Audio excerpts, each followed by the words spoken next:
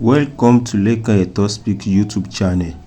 Thanks for watching. Please don't forget to subscribe. Lovers all over the world. Kí ẹ wá gbọ́ bí àwọn tí wọ́n jẹ́ ọmọ Ìjẹ̀bú Òde bí wọ́n ṣe ń sọ̀rọ̀, bí wọ́n ṣe ń sọ̀tàn nípa Wasiu Ayinde. Gẹ́gẹ́ bí ẹ ti mọ̀ wípé Wasiu Ayinde náà ti fọ̀rọ̀ léde, ó kọrin, ó dẹ̀ kọ lẹ́tà wípé òun fẹ́ jẹ Àwùjalẹ̀, pé òun ní ẹ̀tọ́ sí oyè ọba Àwùjalẹ̀ of Ijebu Òde land. So bẹ́ẹ̀ láti rí àwọn kan tó sọ wípé kó gbájúmọ́ orin fújì ẹ̀, wípé èèyàn kì í jẹ méjì pọ̀ lábàládé, pé ó ti jọba fújì, ó tún jẹ́ olórí ọmọ ọba Fidipotemole ní Ìjẹ̀bú Òde, wípé àti wípé kò tí ì kan ilé wọn ní Fidipotemole, wípé fẹsẹ̀ ń gbọ́ in ló kàn, pé nǹkan tó dẹ̀ ń claim yẹn wípé kó má tiẹ̀ claim ẹ̀ rárá, pé kò tiẹ̀ tí ì kan rárá. So ẹ jẹ́ ká gbọ́rọ̀ tí àwọn tí wọ́n jẹ́ ọmọ Ìjẹ̀bú Òde tí wọ́n sọ nípa ọ̀rọ̀ tí Wasiu Ayinde fi léde, torí Wasiu Ayinde náà insist pé òun fẹ́ contest, pé òun náà lẹ́tọ̀ọ́ láti contest. Àwọn èèyàn dẹ̀ ti jáde síta, wọ́n ń sọ̀rọ̀ wípé pé influence, political influence ló fẹ́ lò. So ẹ jẹ́ ká freestyle fàwa lẹ́sẹ̀ ní àwọn ọmọ Ìjẹ̀bú tí wọ́n freestyle tẹ̀yìn fàwa lẹ́sẹ̀ tẹ̀yìn sọ pé kí wọ́n ti di orí àpè. Ṣé tí mo fi ní kábíyèsí o? Bẹ́ẹ̀ni. Kádé pẹ́ lórí. Ṣebí kan tó máa sọ fún ẹni tó bá even if you are aspiring, kí ló máa ń pe àwọn even àwọn ọmọ ọba, wọ́n máa ń ṣe kábíyèsí fáwọn ọmọ ọba gan tó ì tí ìjọba. Again, ibi tí mo ti wọlé ìgbà tí mo rí caption yẹn, ó jẹ́ nǹkan tó yẹ pé kò yẹ ká máa debate ẹ̀. That to be honest, in as much as K1 has make the Ijebus proud, is our son. I'm also from ọmọọba náà lèmi náà, but kò tí ì kan ìdílé wa láti ìjọba. Ẹ̀gbọ́n nǹkan tí mo sọ ní Ìjẹ̀bú Òde, ìdígi mẹ́rin ló máa ń jẹ ọba. Ìdígi mẹ́rin, ìdígi tó kàn sí Fẹsọ̀gbọ́à ló kàn báyìí. Nínú ìdígi yẹn, a ní ìdílé mẹ́jọ, 8 families in that Fẹsọ̀gbọ́à. Láàárín wọn lọ́wọ́lọ́wọ́ báyìí gan, àwọn tó ti court case lọ́tún lọ́sì ó ti ń fly láàrin àwọn mẹ́jọ yẹn lásán, ó ti ń fly lọ́tún lọ́sì. Wá lè wá sọ pé ẹni tó wá láti Fìdípọ̀tẹ̀ tí ò tí ì kan wọ́n, tí ò tí ì kan Fìdípọ̀tẹ̀ kí wọ́n ní òní next. Bó ṣe gbọ́ bó ṣe fẹ́ wọlé, wọ́n ní wọ́n sọ wípé wọ́n tàn mọ́ ibi tẹ́ ìdárúkọ yẹn.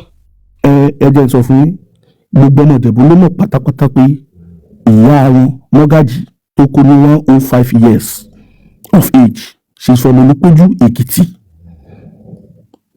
She's from Olúpéjú Èkìtì wọ́n ti wá. Bàbá ẹ̀ ní Fìdípọ̀tẹ̀. He has a stepmother o. Stepmother lè wá láti Ìjẹ̀bú Òde o. Ìyá tó bí gangan tó ń ṣọmọ Ìjẹ̀bú o, ọmọ Èkìtì ni. We have nothing against him. Òun ni olórí ọmọọba Akilẹ̀ Ìjẹ̀bú. Agreed. Ṣùgbọ́n kó má lọ create antecedent tó jẹ́ pé ó máa fi gbọ́ bó ṣe ń tó bọ̀ tó máa fi bàjẹ́. Tó bá dẹ̀ ti ṣẹlẹ̀ báyìí, ìyá mi, ìjà ò kí ń ṣẹlẹ̀ láàrin ọmọ Ìjẹ̀bú lọ tó bá ti bẹ̀rẹ̀ báyìí àwọn ọgbà tó máa parí. Olóòwò ṣẹlẹ̀. Torí ẹ̀ ní Ìjẹ̀bú ò ṣe kí bára wọn jà, wọn sábà bára wọn jà. Tó bá dẹ̀ fi nǹkan tó torí ẹ̀ ní ìṣe láìkì kan máa fi politics on that stool of Àwùjalẹ̀. Ẹni tó gbéṣẹ̀ tó kúrò bẹ́ẹ̀ gan kò sábà bá wọn dá sí politics lọ́dọ̀ náírà.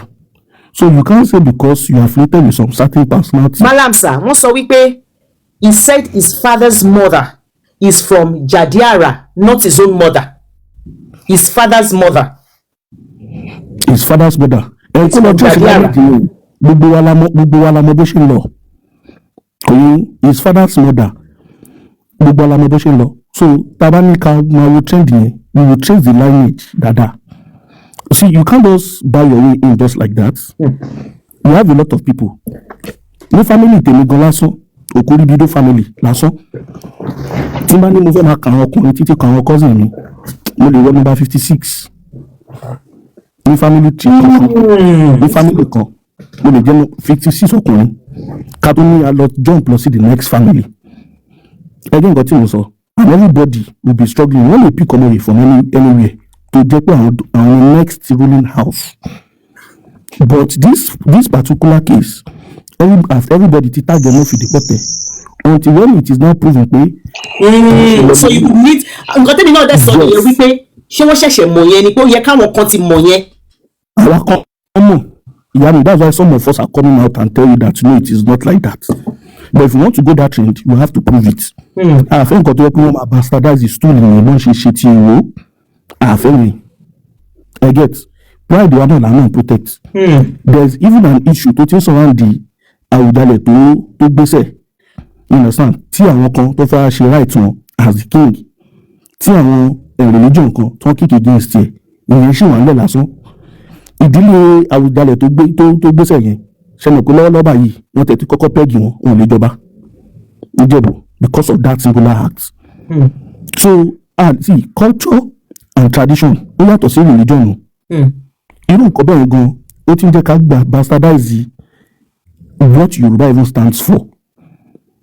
And two, ìṣesí Wàsíù ṣó lè mú àsopọ̀ bá gbogbo àwọn ọmọ Ìjẹ̀bú. Again, nǹkan tí mo sọ, because àwọn tí Wàsíù náà he knows in power, he has stepped on toes a lot.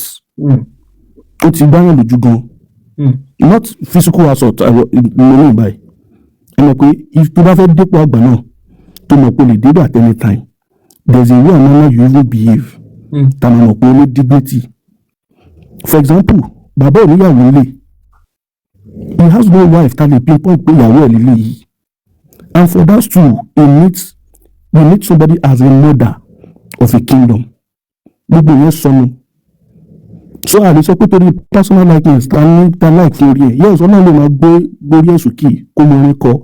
But that is not enough to be a leader. Forget, it's not enough to be a leader. No, tí agbára yẹn bá wà tẹ̀ lọ́wọ́, show me the mindset àti ability, wisdom láti wéjà agbára yẹn. We don't know, do we? Sister Dupe. No, I just asked the question and I said we don't know, do we? Which is as a 67-year-old man, do you think that man is ready to change? Wọ́n ní wọ́n máa ń èèyàn kọ́kọ́ sí pé after 67 years. Let me tell you, I threw that question out because I want all of us to debate it. At 67, he's not a fool, but when he's full at 40, he'll be a fool for life. And at 67, kò ṣe lọ́n fọwọ́ dá play dùn. Kí ni ẹ̀gàn lásán ó bá ẹni lọ́kọ̀ jẹ́? Ó dùn mí pé ó yẹ kó mọ protocol náà. Even though everybody náà ní gbogbo àgbáyé, kò jẹun tí ò mú. Oh, sorry. I'm sorry. Yeah. Okay, see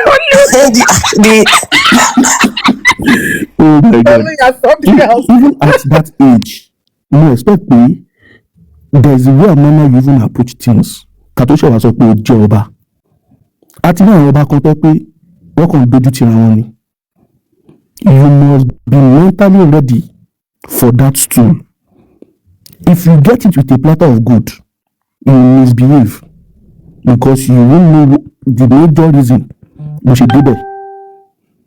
I get. Because somebody to wait on you. Madam, Mr. Olu has a question. Mr. Olu, what I want to be in the question? Can I just you made some comments at about 2 or 3 minutes ago. He said his mother is the one that's entitled to the throne. Is that right? No. He's saying what Wasiu said. They didn't say the mother is entitled. No. Dad's mom is from Jadiara. Okay, so his dad's mom. Yes. Grandmother. Again. His paternal grandmother. No. Let's forget. His grandmother is the one that's entitled to the throne in Ijebu. Is that correct? No, both grandmother and grandfather are entitled, according to him, allegedly. The father is from the Fidipotemole. Why the grandfather is from Fidipotemole? Why the grandmother is from this new house that you just adopted now? So they are both the two parents. So the two grandparents are from Ijebu. Let's put it that way. Yeah, from two family Ijebu. That's a paternal grandparent. Okay, that's fine. Malam, continue, sir. Mr. Malam, never wrap up, sir. Thank you, sir. Malam, we can no longer hear you. All right, Alaji. It's House of Joy. It's House of Joy.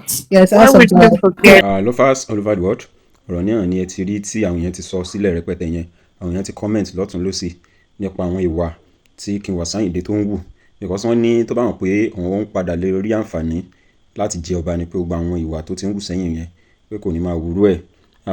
Ọ̀rọ̀ pọ̀ lẹ́kùnrẹ́rẹ́, fídíò pọ̀, update pọ̀ tí àwọn èèyàn tí wọ́n ti mú wá lóríṣiríṣi tá a máa fún yín nípa King Wasiu Ayinde Marshal lórí ọ̀rọ̀ Lọ́bàdé ní orí ìkànnì wa. So ẹ̀yin tí wọ́n bá ṣe ń darapọ̀ mọ́ wa, ẹ bá wa subscribe, ẹ join wa, ẹ tan notification bell yín so that anytime tá a bá ti drop a new video ṣe ẹ lè máa rí notification. So I appreciate yín o, we love you all, thanks for watching.